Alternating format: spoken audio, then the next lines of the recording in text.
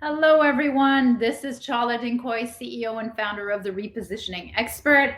I'm not sure if the lighting on my face is dark or I'm trying to, do this background here if it's good enough for you, but hopefully you can see. This is Tuesday Tea Time with Chala. I am the CEO and founder of the Repositioning Expert, trying different angles here. Of course, it's never a good idea to have a lot of light, behind your back, but I do have a ring light. It's just that I'm surrounded by all windows, which is like amazing to live in, but not so great to film in. So hopefully you can see. And today's topic is one that's near and dear to my heart because I was one of those people who love networking. And when the pandemic hit, well, guess what? That was all gone, gone, gone, gone, right? And so I've decided, and I know that a lot of people are in the same position. And now in Canada, we're in lockdown. Still some form of lockdown. There's very few in-person events that are going on. I know in the U.S. it's a lot freer, but I still talk to a lot of organizers who the in-person stuff is either very anemic or it's still iffy or it's being it's turning into a hybrid and nobody's really sure about the attendance. So you have to keep networking if you have a business in order to continue to grow your business. And here are some of the ways that I've learned how to network online to get new clients, new referral partners, new suppliers, you name it. You still need to run a business and you need other people's help to be able to do it, and you need to be able to sell. So that's what networking is and always works so well. So here are some of the tips on how to network in the pandemic. So the first and foremost thing that I think you need to do, and in fact my business grew because during the pandemic, because what I do is I help people clarify their message, their positioning. So you have to clarify who you help and what you help them with. It has to be super super clear, it has to be in your messaging, and then you have to buff up your online profiles and online presence in order to match that. Because if they're if they're doing research on you and it's a prospect or somebody who wants to work with you in the future, they're going to be seeing different messages about your company on different platforms and they're going to be confused. So get focused, get specific, get strategic, and then make sure that your online profile is buffed up so that it speaks to that whole the whole pain and the whole audience that you are targeting. I'm having a hard time getting comfortable, you guys, because yes, the gyms are open, yay, just for the last 2 days, but I injured myself because I have these like 350-pound changeable weights, and they're in their cradle and they're in a tiny little closet in my entrance. And so when I went to pick them up, and they were like a heavy weight, but it was such a like a weird angle that I like hurt myself. I never hurt myself. I have like one of the strongest backs. I do so many exercises, but I haven't been able to shake it off. It's been like since the beginning of the gym lockdown, which was like a month. Anyway, so first, number one thing for the pandemic networking is just clarify your position, buff up your online presence. The second, of course, is make sure that you get in. I always have this, I do this because my marketing plan model for my clients is called their sun, getting into their sun. And their sun is, if you put your target market in the middle of who the prospect is, then you look at, okay, who is in their world? What associations and organizations do they belong to? What events, live streams, what other educational events or conferences do they go to? What meetings are they in? And this is all very relevant for online. So then you get into your to your target's online world. So that's one of the other things. The third is, of course, LinkedIn. I mean, I paid just to learn how to market on LinkedIn. All of the last 2 years, I've paid and paid and paid, and it's all paying back. It's all coming back while I sip my protein drink. Okay, so here's how I do LinkedIn. There's the cold and the warm. So there's 4 ways that I do this. The cold is people I don't know. The warm is people I either know through someone, met before, or know because of something. Like we have something in common. We either truly actually know someone, not like a connection, but truly actually I know that they know them in person and I know them in person, or it's because we belong to the same association. It's because we belong to the same profession. It's because we belong to something in common. So those are called warm, when it's a friend of a friend and you name drop, or you name drop the industry event or the association or whatever it is that you have in common. So there's two things that you could say to both the cold and the warm on LinkedIn. The first is it could be just a hello, like a getting to know you, wanted to improve my networks. And then the second thing, or the alternate thing you could say, is just get straight to the point and say, are you in pain for X? Well, what I do is Y to help that. Would you like to meet? So that's the other way. And you could do that same two-pronged approach to your warm networks. So that's what I do on LinkedIn, and that's through the messaging.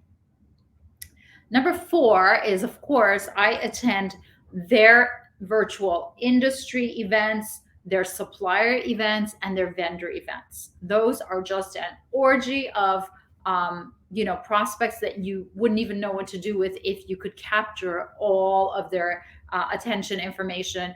And if it's a well run, organized place online, they will provide you breakout rooms. They will provide you networking opportunities online, offline. They'll provide prior to the event and after the event.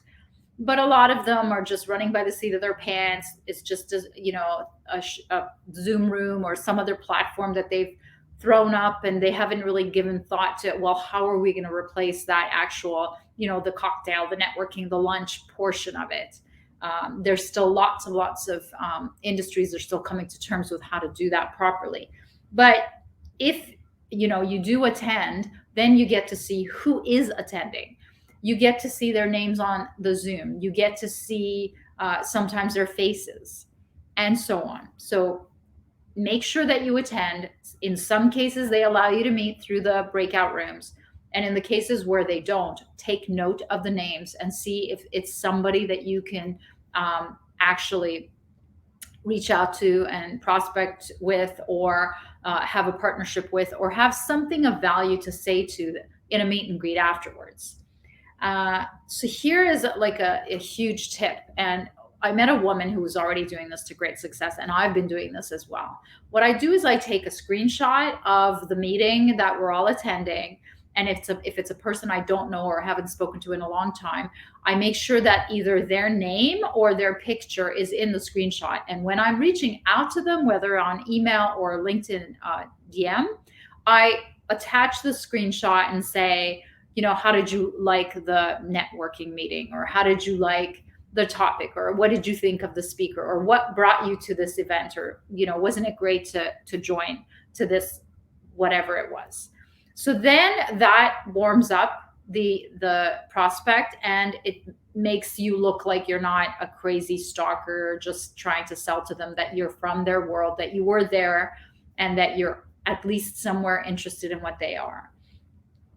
After that, once you've contacted them and connected with them, that's when you set up a meet and greet. You offer for a chat or some sort of assessment, depending on where they're at and what your communication line was. So if it was if you have X problem, this is what I do to help. That's when you would set up some sort of consultation or free kind of, demo or assessment. And otherwise, just a regular conversation. Let's hop on a quick Zoom chat, 15-minute Zoom chat to discuss how we can help. And the alternative is let's, just meet and greet, and we can talk about if we know any of the same people and if we can refer anyone to any of our mutual benefit. Number 7 of pandemic networking is invite people who are your prospects that you meet through these various steps that I told you to your online events. So for example, every 2 months, I'm running executive roundtables around a very specific pain point to a very specific target. And I know it's their pain point. I know because that's who I work with. So, and most of the time they're very responsive if that they're in that pain and they're in that segment.